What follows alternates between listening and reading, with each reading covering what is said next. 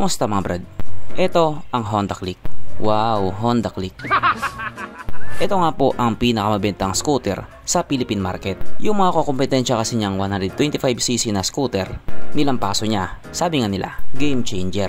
Pero banat naman ang iba. Naka-liquid cooled lang, game changer na. Sa mga kukumpetensya kasi niya, yun talaga yung advantage niya. Pwede daw kasi pang long ride. Kaya tuloy si Honda, labas lang ng labas ng Honda Click 125. At ngayon nga po, meron na naman silang bago. At talagang ang laki ng pinagbago. Weh.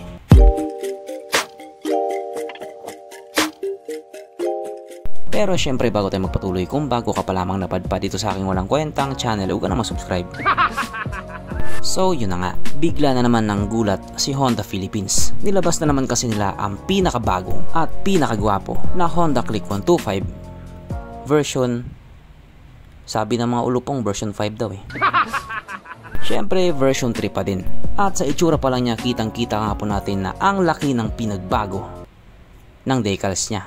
Hayop na yan, decals lang pala. Pero okay na rin yan. So katulad nga po na nakasanayan, dalawang variants po lagi yung nilalabas nila. Standard at yung special edition na wala namang special.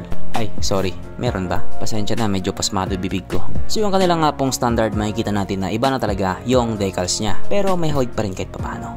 Dito naman sa kanilang special edition, napakalinis. Halos wala siyang decals maliban sa pangalan na Honda. Kaya ang technique mo dyan, bili ka ng standard tapos tanggalan mo ng decals, magiging special na yan. Mindset ba mindset? At kung itatanong mo naman kung may nagbago ba sa makina niya, aba, parang hindi nyo naman kilala si Honda. Syempre naman, wala. Pero ang malupit dun, mas tumaas yung presyo. Pero konti lang naman, 1,000 lang naman. Pero syempre dahil nga po siya ay Honda Click, marami pa rin ang bibili dyan. Yan kasi ang number 1 scooter sa Pilipinas. Kaya huwag ka nang magreklamo. Pag-usapan na naman natin kung ano bang meron sa kanya at kung gaano nga ba talaga siya kaganda. So ito nga po ang Honda Click 125 version 5, sabi ng mga ulupong, pero version 3 naman talaga, na mayroong 125 cubic centimeter engine displacement, 4-stroke single cylinder, single overhead cam with 2 valves, powered by SEP or Enhanced Smart Power. Nang ibig nga pong sabihin, mas pinalakas na makina at mas pinatipid pa sa gasolina. Naka-program fuel injected at ito po ay naka-liquid cooled. Kaya hindi po siya panis. Ay, siya din pala yun. So yan nga po yung masasabi natin na advantage niya kung ikukumpara sa iba. Advantage nga ba? Sabi kasi nila kapag naka-liquid cooled yung motor mo, kayang-kaya mag long ride. Unlike daw doon sa mga naka-air cooled. Pagdating sa usapin na yan, debate talaga yan. Pero sabi naman ng mga naka-air cooled, less maintenance pag naka-air cooled. At hindi daw sakit sa ulo. Kasi meron pa nga daw po iba na imbis naka-liquid cooled, yun pa yung unang tumirik. Sila pa yung unang nag-overheat. Pagdating naman po sa kanyang power, ito po ay merong 11 horsepower at 8,500 RPM, 10.8 Nm of torque at 5,000 RPM. At ayon nga po sa mga taong nakagamit sa motor na ito po ay kayang tumakbo sa bilis ng 100 punyeta. Alam nyo na ibig sabihin, syempre, Pinoy ang nakasampa. Ang kanyang tangke ay kayang magkarga ng 5.5 liters fuel ng capacity na kumukonsumo naman po ng 50.3 kilometers per liter. So pagdating nga po sa bagay na yan, proven and tested na talaga yan. Yun nga po ang isa sa mga dahilan kung bakit mabenta siya. Matipid kasi siya sa gasolina. Ang sukat ng kanyang gulong 90/80/14 sa harap at 100/80/40 naman sa likuran. Syempre pares na po ito naka-tubeless. Pagdating naman po sa kanyang braking system, ito po ay naka-disc brake sa harap at drum brake pa din po sa likuran. Tulad ng dati, ganun pa din, wala siyang ABS, pero meron naman siyang CBS or combi brake system. Kung marunong ka naman talagang magtimpla ng preno, okay na rin yun.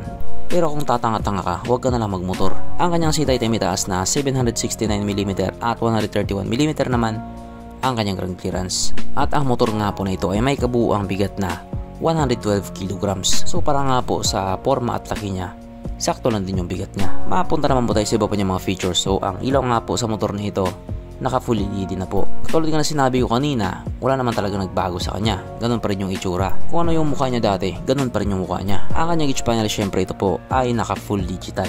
Kaso lang hanggang ngayon hindi pa rin daw naka-keyless. Disusi pa din siya. Pero wala naman pong problema doon. Mas okay ngayon. Pero syempre hindi mawala sa motor na ito ang kanyang USB charging port na para kahit saan ka nga po magpunta, hindi ka na mangangamba na baka malobot yung cellphone mo kasi nga manonood ka pa ng Pornhub.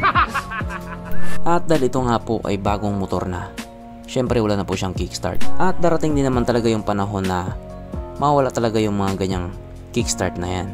Ang matitira na lang yung dragging. At nandito na nga po tayo sa exciting na part, ang kanyang mga suspension. So sa harapang bahagi nga po ito ay ginamitan ng telescopic fork at sa likuran naman ito po ay gumagamit ng single shock absorber pa rin, na ayon nga po sa mga taong nakagamit sa motor na ito, magandang bounce.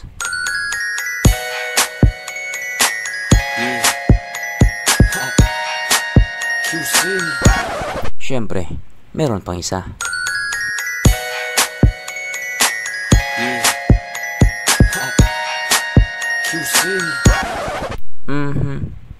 Panigurado, wala na namang nalungkot. At dahil wala nga pong nalungkot, alamin na po natin kung present nga ba sa motor na ito yung tatlong pinaka-importanting features. So, una na nga po dito ang kanyang lagayan ng stallion at good news mga brad, meron siyang ganun. Meron siyang lagayan ng stallion. Pangalawa, meron din po siyang sabitan ng pulutan.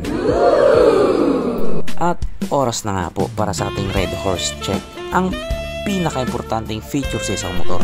At ayon nga po sa aking masusing pag-aanalisa, ang motor na ito ay kayang magkarga ng 2 kahong Red Horse.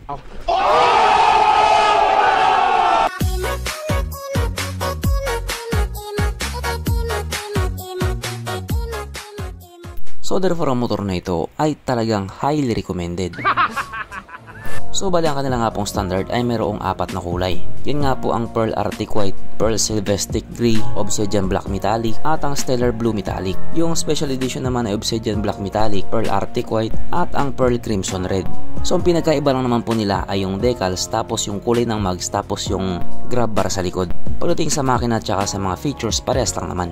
Kaya kung magiging practical ka, piliin mo yung standard tapos tanggalan mo ng decals. O diba? Para na lang din naka special edition. So ang presyo nga po ng standard ay 81,900 pesos. Yung special edition naman nagkakalaga ng 84,900 pesos. Na dati nga pong 83,900 pesos. Tumaas po ng 1,000. O diba ganun-ganun lang, halos walang nagbago pero tumaas ng 1,000. Ang lupit.